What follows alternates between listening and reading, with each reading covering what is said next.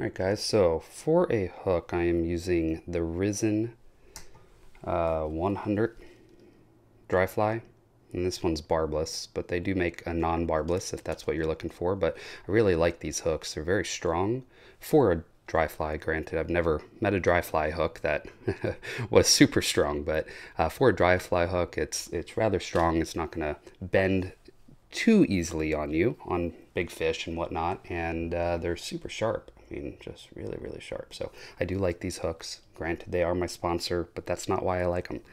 I like them because they're good hooks for an amazing price. So also for thread, I like Vivas 10-aught. As you can tell, I use Vivas in almost all my videos. I am not sponsored by Vivas. They don't pay me anything, but I do like Vivas. It's my favorite thread. All their different kinds, but anyway, I'm using brown 10-aught. Now I know a lot of people will use a black on a Parachute Adams, or even like a cream, but you know, brown works fine. Tie it however you want. And then I like using these tailing packs from Whiting. It's CDL feathers. Okay, and they've got a nice barring on them. This one's called light Pardue, or medium Pardue, sorry. Medium Pardue. And I like that color for this. Granted, a lot of people use one grizzly and one brown from a rooster cape, and they'll just rip off a couple feathers of each, but I find this works just as well. In fact, better. I do like it a lot because of this the spotting on this. It's really nice. So anyway, you just, like always, you just take a couple feathers. You don't really want a really thick tail on this. That should be good enough. Basically, you're just stroking these feathers outward, and you can see that it aligns those tips. Once those tips are aligned, grab and rip right off. It keeps those tips right aligned. You know, a lot of people tie in the parachute first. I like doing the tail first, but you know, it's up to you. So I like to I tend to like about a half of a hook shank length for the tail. You can go a little longer if you want. Wouldn't go too much shorter. You do want a little bit of tail. If you've ever seen these mayflies, they do have pretty long tails. In fact, I'm going to pull that. See how I loosened that up and I pulled it out just to lengthen it just a little bit. Alright, so I'm going to make touching wraps up. Try to keep that on top just so it doesn't look like it's spinning. And we're coming up to about the third way down from the eye of the hook, roughly. Okay, so that's about where we're going to put the parachute. So what I did is I came up a little bit and then back down, and we're, like I said, right around the third mark. That's where we're going to start the parachute. So there's a couple ways to do this. But you can use really kind of, there's a ton of different parachute fiber that you can use. What I'm using today is going to be polypro yarn in white. It comes in a couple different colors, but you can go with like a hot pink if you want. This is Parapost wing, so it's a little different. Polypro, Parapost. There's a bunch of different fibers. That's what, this is McFly lawn. That can work as well. I really like the name of that. McFly lawn. I wish I had a stake in that. Be making a lot more money than I am right now if I came up with that material. I like their name. Anyway, so what I'm using, like I said, is that polypro yarn, and you just cut off a strip about yay long. Okay, you don't need the whole thing, so you're just tying just the tip in, because you can use this for a couple different flies. So I make 3 tight wraps with it, and then you pull it forward, make some wraps in front so it kind of stands it up. This is a little trickier. You want to come back, make a couple wraps behind it.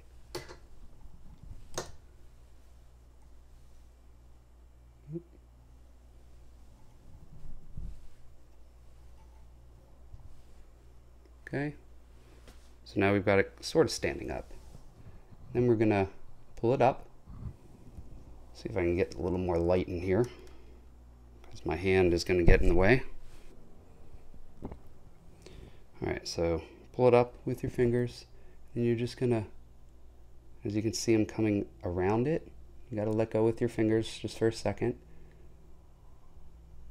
Come around again, and you're just doing this just to bind it together. You don't want to do it too much because it's gonna come loose.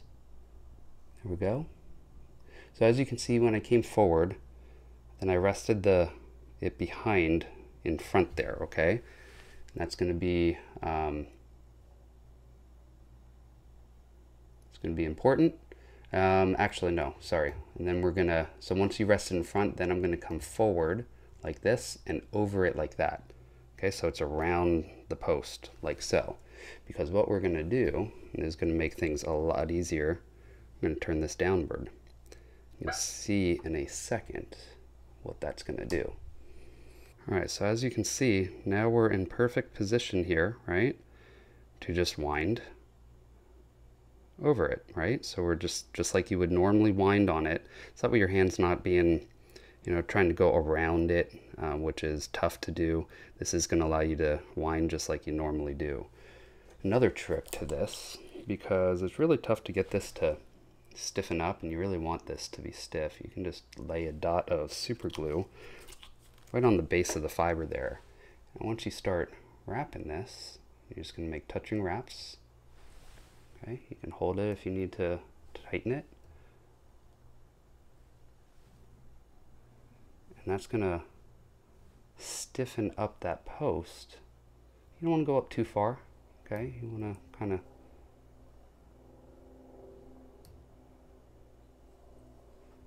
make sure it's not going to get loose, and there we go. That is a really stiff post. But once that's really stiff, that's actually going to hold a little better in the water. It'll kind of act, as you can see, I came around the front again, so once I drop it, it's just in perfect position to start wrapping again.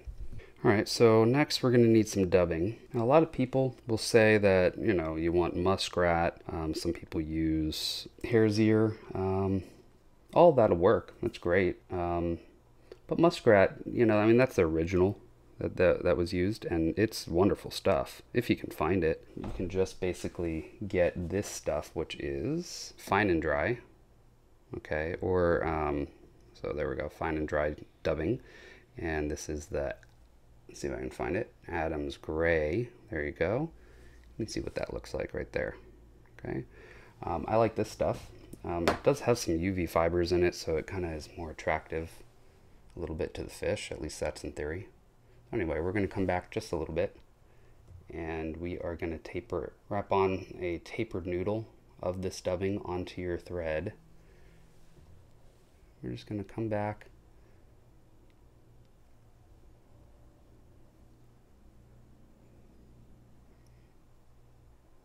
As you can see, I'm trying to taper that body a little bit.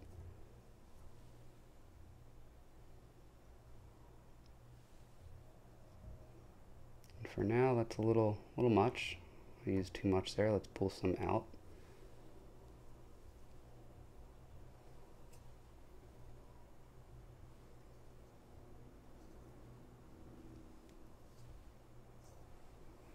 You can always do that if you use too much dubbing. It's better to add more than to cut it off, but it can work that way. So I find this gets in the way of the next couple steps, so I'm just going to cut this. And you can see now you've got another piece that now you can make another post, so we're not going to waste any. Now you might say, hey, well, that's pretty far back there, that post, but that's kind of what you want, guys. I mean, you really kind of want it to maybe a little more forward.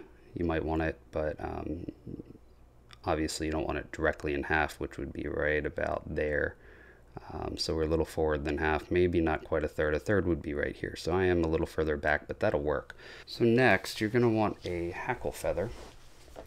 And, you know, make it really easy. You could use a cree color. So this one, here we go. You can see it says cree right there. And this is a half saddle, mid-size. So this, you know, It can go down to like 18 or 20, but it's got a couple in the 16, 14, and even 12 range. There's a couple, but you can see how this is barred. So you've got black, white, and also brown in there. So in one feather, it's a one feather Adams. And by the way, that's a saddle. It's not a cape.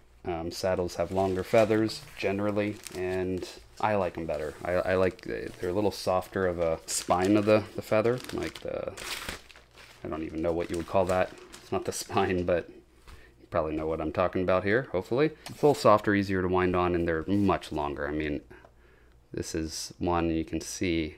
I'm just keep on going, and these feathers are, you know, they're just really, really long. I would say a good, maybe almost as long as my forearm. I mean, it's pretty long feathers. But anyway, the other way to do it, which most people do because cree feathers are very expensive, is to take a brown. So this is a natural brown. You can see that the backs of them are like a light tan, and then the front is a little darker. So if you don't have one of these hackle gauges, you could measure it up against the hook, and you want it fibers to extend out a little longer than the hook point. Really, these you could make it even bigger actually if you wanted, because it is a parachute. And boy, that's even, well, yeah, no, that's a little big. So it's, as you can see, it's going past, there's the 12 marker right there, and it's going a little past it, and you could use this totally. But I think I'm going to go with something a little smaller. And that's like 14, which actually I do like them a little smaller. So there we go. So there's a brown, and you also want a grizzly. And you want these two to be even. So if one's a little smaller, you definitely want to look for a smaller one. So that one's even bigger than a 12. That's about right. Alright, so as you can see now, I have a brown and a grizzly. And both are about 14, even though this hook size is a 12. Kind of like it a little smaller, personally, but you can make them a little bigger as well. Alright, so next we are going to tie in the hackle, but when you first pull it off the new hackle, you can tell that this is unusable here. You want to cut up a little bit, and then we are going to strip off quite a few of the fibers here. More than you would normally, because you want to utilize that stem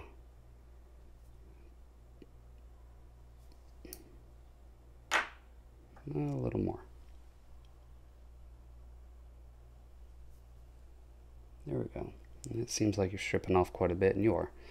And then, as you can see, the fibers are angled up right there.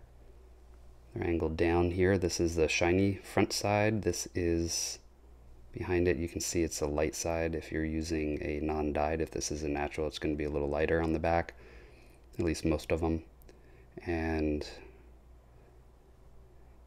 this is the side that you want down, and the reason why is you'll see in a minute. It'll be much easier to tie this in. If this is like this, wrapping around, then it's going to be really hard to whip finish under this. You'll see what I'm talking about in a second. So you want to start,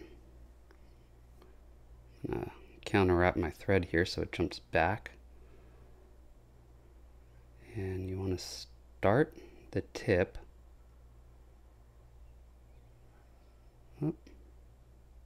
Put it out too far. All right, there we go. Start the tip like so, and we're gonna work it up, and then you kind of want that dull side sort of to you as you make a couple wraps like so. You're gonna get it started on that shank or on the post, turn it down,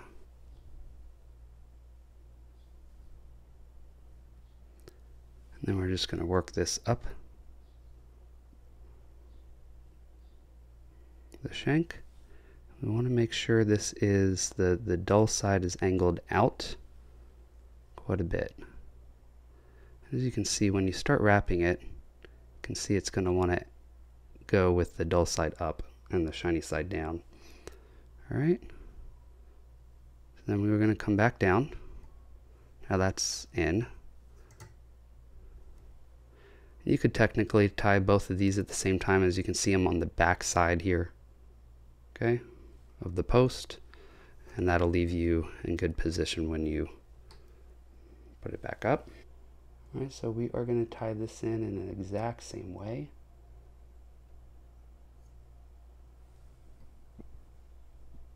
It's a little tricky when you got two of them now.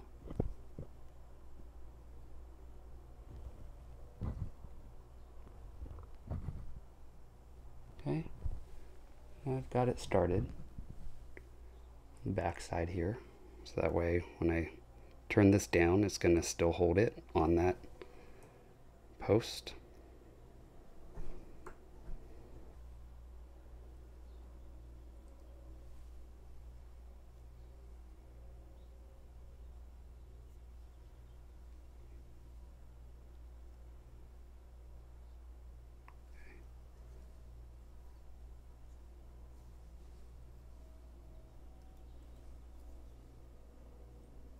Alright, so those are wrapped up the post.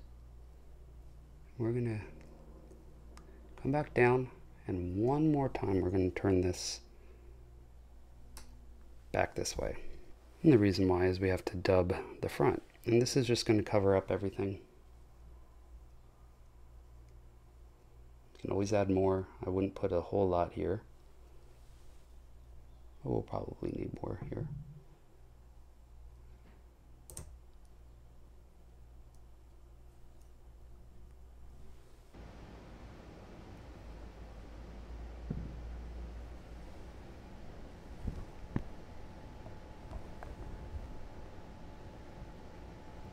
So I'm wrapping over the shank, and that's going to ensure that it's all covered. Okay. A little bit of fiber right there at the last little bit, and then I'm coming back over again. And we're turning it down one last time. Now, I do find that this is the easiest way of doing it, but you can always tie it where it's just staying sideways like this rather than up and down like I'm turning it. You can do it that way, but I find this is a little easier. Okay, so we're going to start with just one color. This is we'll start with the grizzly, what we tied on last. And we're doing 4 wraps. What you want to do is, so there's the thread, you want to come in front of the thread and then kind of pull it back a little bit, and you can see what happens is once you start wrapping with the thread, you're going to come right over that. It's going to wrap underneath that, so that's going to trap that. You can do one wrap under it again as well, and try not to trap as many fibers as you can, but it's impossible to do it perfect, I know, but do what you can on it, you know. And then clip it off close. You can brush this up. There's always inevitably a couple of the trapped fibers there that are angling down. You just want to get those out of the way. Alright, so there's the first color.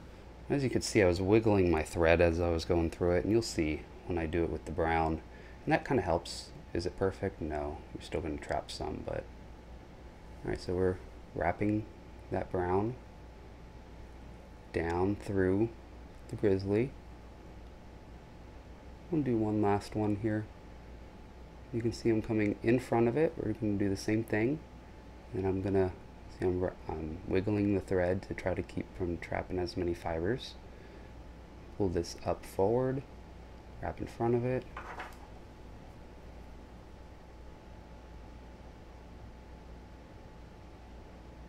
Come in, cut that off. Then you can simply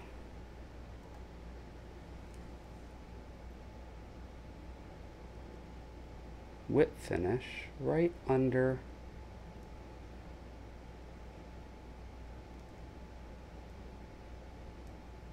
everything. Try not to trap, you know, the fibers in the whip finish. You can hold it here and then pull on the thread tight.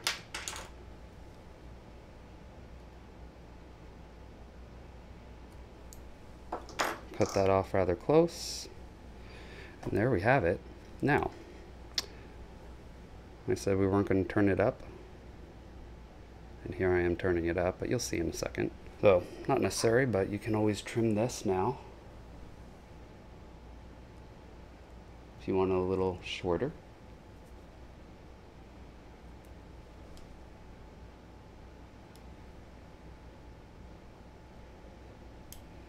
There are a couple trap fibers right there. That was on the other side. Oh no, it wasn't. It was on that side. So there we go. You can see the other side. Not very many trapped. And now we've got a whip finish there that we don't have cemented. But let me show you what we can do here. I got a bodkin or a needle. Okay. I've got this Solares ultra thin. You can use other head cement if you want. This will work though, and I'm showing you this because it does cure hard. So if you get it in the fiber, you know, it's going to harden it, which might not be a bad thing, but this way you can see. So if you take the needle and you just run it there along that whip finish,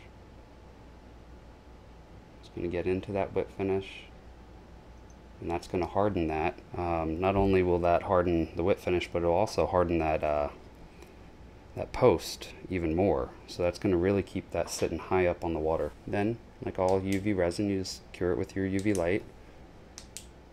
You don't need very long, just quick. There we go. Now you can separate this tail a little bit if you want by just rubbing your nail up on it. You don't have to. I think it makes it look nice.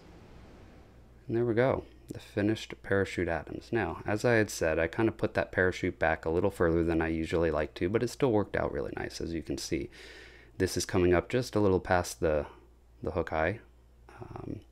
This is going right back to the back of the body. A lot of people I find tie these with much larger fiber here, and the feathers are, you know, like a size, you know, maybe larger hackle than what you're doing with the hook. So this is a size 12 hook. A lot of people use a size 10 hackle, and that's fine. You can do it, but I find that hackle tends to be, you know, way too big. I really do like this compact. You can just make a couple more wraps and it'll sit really high up on the water, and you know, that's how I tie them. Is it perfect? No, but gets the job done. It's pretty quick, pretty easy. Once you get the hang of it, if I'm not filming, I can tie these pretty quickly because, you know, the only difficult part is just switching this down and then back up. But I find that actually isn't too difficult. Once you get the hang of it, you can do it really quick, as long as you put that thread on the back end of the post there. It's not going to unravel on you. And you learn how to do that, you can switch back and forth, and then you can get this tied in much easier, much quicker, and a little more secure, in my opinion. So, well, if you guys like this, definitely hit the thumb up button. It really helps out the channel. Also subscribe if you haven't already. It really helps out if you check out my sponsor, Risen Fly. Risen does manufacture the hooks that I use today. Again, like I said, that's not why I use them. I use them because they're really good hooks for a good price. Really good price, actually. And even better for you guys, because you can get 15% off of anything you buy in their shop. So type in McFly at checkout for 15% off of anything you buy. Also, the Fly Artist will carry all the other materials. I will link to some less expensive saddles that you can get from them. These whitings are very pricey, but I tie a ton, so they're worth it for me, but it might not be for you. So I'll link to some that will work great for this. Some saddles to the Fly Artist, also some of the dubbing and, you know, maybe the tail material, stuff that you can't get at Risen Fly, because Risen manufactures their own stuff. They don't sell others, but the Fly Artist sells all the name brands. So you can go to the Fly Artist. I will link in the description section a 5% discount code that you can use for anything in their shop.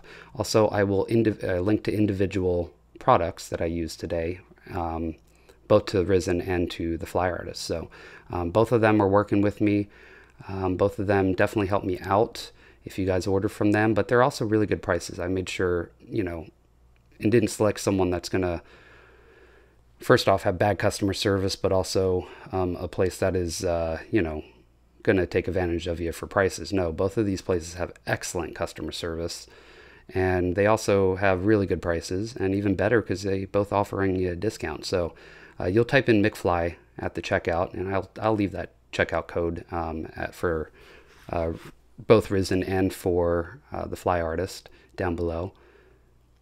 You guys can get even better discount on top of their really good prices already. So check them out. Helps me out. I do get a little bit of kickback from when you guys order from the Fly Artist. I don't from Risen, but they sponsor me in other ways. So anyway, I will see you guys on the next video. Now you go catch some fish.